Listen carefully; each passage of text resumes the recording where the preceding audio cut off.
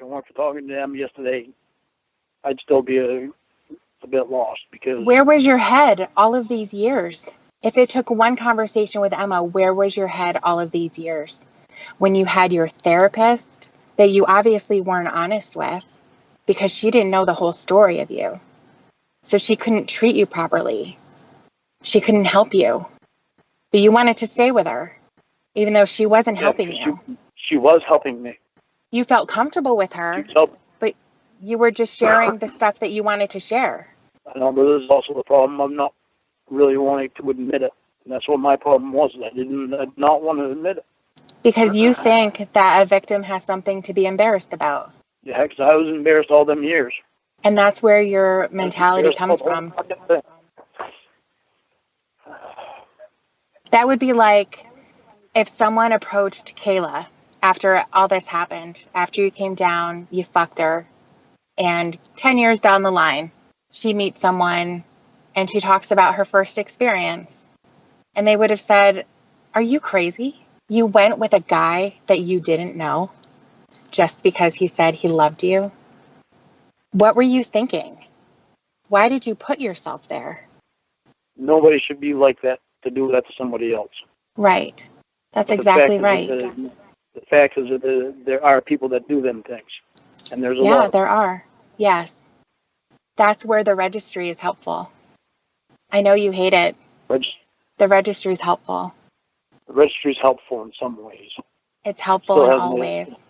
It doesn't mean that just because there are people out there that are not on it, that have not been caught yet. Sure, they haven't been caught yet. Because you know why? Sexual abuse happens in secret. It's kept quiet. Just like you wanted Kayla to keep quiet. Don't tell your parents. Make sure you delete your archives. Make sure you call Jesse so that my number isn't the last one on there. It's all a secret so that the rapist isn't caught. They look exactly like you do. They look exactly like all the guys who showed up. They're all different. They have families. They have kids of their own. They don't look scary. They're the normal people you would walk by in a grocery store. And someone would have to say, "Oh my God, I never would have imagined that he would do that." Just like your family was devastated to learn what you did. All of the families were devastated to learn. Some of them may not have been exactly surprised if they were victims themselves and they suffered too. But most of the people had no idea. Because when you're online, I was devastated what I did. There's a big question that is hanging out there, is why were you attracted to a 13-year-old? That is the scariest question. But you acted as if you were. Because on that very same day, you took your dick out. That's reserved for people that you're sexually aroused by. And you're saying to her, "Don't worry about me, I'm a good guy. You can talk to me, don't talk to any other guys. I know if you talk to me, you'll be safe." A lot of times when people are messed up or they're going through really hard times, you can see it reflected in their lives. You can see it, in the way that they look or the way that they're acting. But deep down, attraction to someone, having physical arousal from someone is like an organic thing.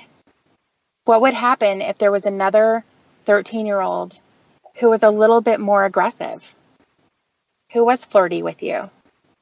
And she said, "I'm not going to tell anybody. I want you to be the first one." And she told you everything that you wanted, that you were the hottest man she's ever seen, that she wants to fuck you, all of this kinds of stuff. What would happen if there's a girl who does pursue you and she's underage?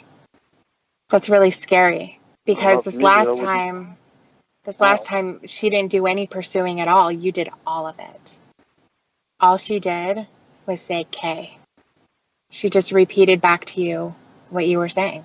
And that's what you needed to be happy. You needed that to appear to be happy anyways, because you were still open to other options. Even though you're telling this person that you are so in love with her. You were staring at her picture for an hour, which is complete horse shit, by the way. She's so pretty. You can see why daddy spoils her. That's the scary thing. All of those things are so terrifying. You are exactly what parents are afraid of. The guy at the yard sale that's going to make jokes with them and laugh, and he seems really friendly, but he has this other side of him that's a monster. And this, almost the scariest part of the monster is that he can't admit that he is one. There's a lot more to me than what you see from that show. It's a huge thing. It is a huge thing. And your behavior now the rest of my life is a huge thing too. I've only known you a really short period of time. Very, very short. And I'm being talked to as if I owe you anything. People in real life are going to run away from that as fast as they can. They're going to say, holy shit, this guy is just, he went on a rant accusing me of fucking some guy that I said hello to. And we're not even together. We're not married, nothing. I have no commitment to him, but he's acting as if I do. That's absolutely terrifying because that means that you can't read any signs. And I feel like the younger thing is like a power thing. Like you would have some level of control. And I feel like that's why you were attracted to Kayla, because she had nothing. She had no experience at all. And you could teach her because she was very, very weak. She just went along with everything you said. I understand that you can't help what you're attracted to or who you're attracted to. Like I said before, that it's like an organic thing. You know, everyone has a type, and that sort of thing can change over the years. But for the most part, deep down, you know who you're attracted to. It's like if it was a crime for me to be attracted to men, I would have a real problem because I would have this attraction to them. And how am I supposed to be able to control that? How am I supposed to suppress that for my whole entire life? So thank God that that's not the case. When someone has an attraction or they're able to find something sexually appealing about a child, it's so scary. Count the number of guys who showed up, and that's the number of kids who were saved that very night. And that's the part that I don't understand is, where did that come from? How did it happen? Where was the attraction? The stuff that you were saying to her was the stuff that you would say to someone that you were sexually attracted to. And you knew that this was a baby, barely out of puberty, probably hadn't really happened yet. Her body wasn't even developed. She didn't go through the normal stuff that girls go through. You wanted her to count her hair because she couldn't have had that many. And you even asked later on that month, did any more grow? And yet the fight came when you got caught. That's where it started. Who am I going to point to? Who got me into this? Perverted Justice got money for doing the show. They were there when they weren't supposed to be. They should have stopped when I was talking to them. They told me to come there. They wouldn't leave me alone. You know that chat log was never edited. There was never a time when you said, no, this is wrong. I am doing the worst thing. It never happened. Those phone calls that you made with her made me sick. Are you anxious to touch my penis? Really? You want me to get a light so I can shine it on there and you can see it closely? Do you want to see it again before you go to bed? Make sure you delete your memorize that. I know it very, very well. I know it very well. You memorized it. We've known each other longer than a month. You want me to count the days like you wanted her to count her hairs? Wow. I'm trying to understand because I want to see the good in you, and it's just not there. You're assuming everything. I can't stop you from assuming when you're trying to blame me. I'm not assuming anything. The evidence is there. It's there. Your evidence is there. And but it's you're blaming so... me. I'm blaming you for everything you said, everything you typed, everything you said on those disgusting phone calls, your giddy ass smile when you skipped up to the fucking house, all the bullshit that you have tried to pull when you can't even be honest. It's got to be somebody else. I can be honest, but You're it not. doesn't matter what I say when I am honest. You don't believe what I say. Lorne, You got it stuck in your head that I was a certain way. You're You don't a know. pedophile. Pedophile! That's it. You were so fucking stupid that you couldn't tell that the girls in those pictures that they sent you of the little babies were totally different people. But you accepted the fact that she was going to look a little different because she's still growing up. And that's something else you're assuming. Which I'm not saying anything because of the fact that you're going to assume it. You don't ask me about it. You assume it. Then tell me the story. I did notice that there was different girls. But I was so blind to thinking that somebody cared about me and not my fucking wallet that I didn't care.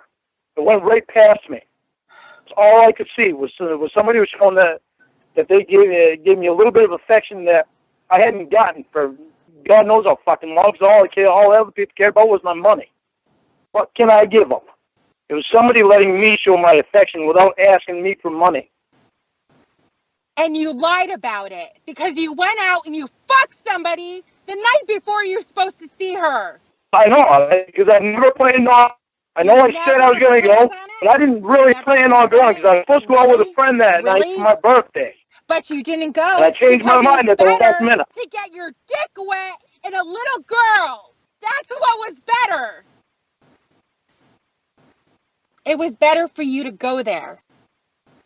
There was nothing else that you couldn't say that you were drunk, that you were high, nothing. It went on for a month. I tried to find something. Is there something redeeming here? Is there a time when he's on the phone with her that says, you know what? This is not going to happen. But you didn't say that.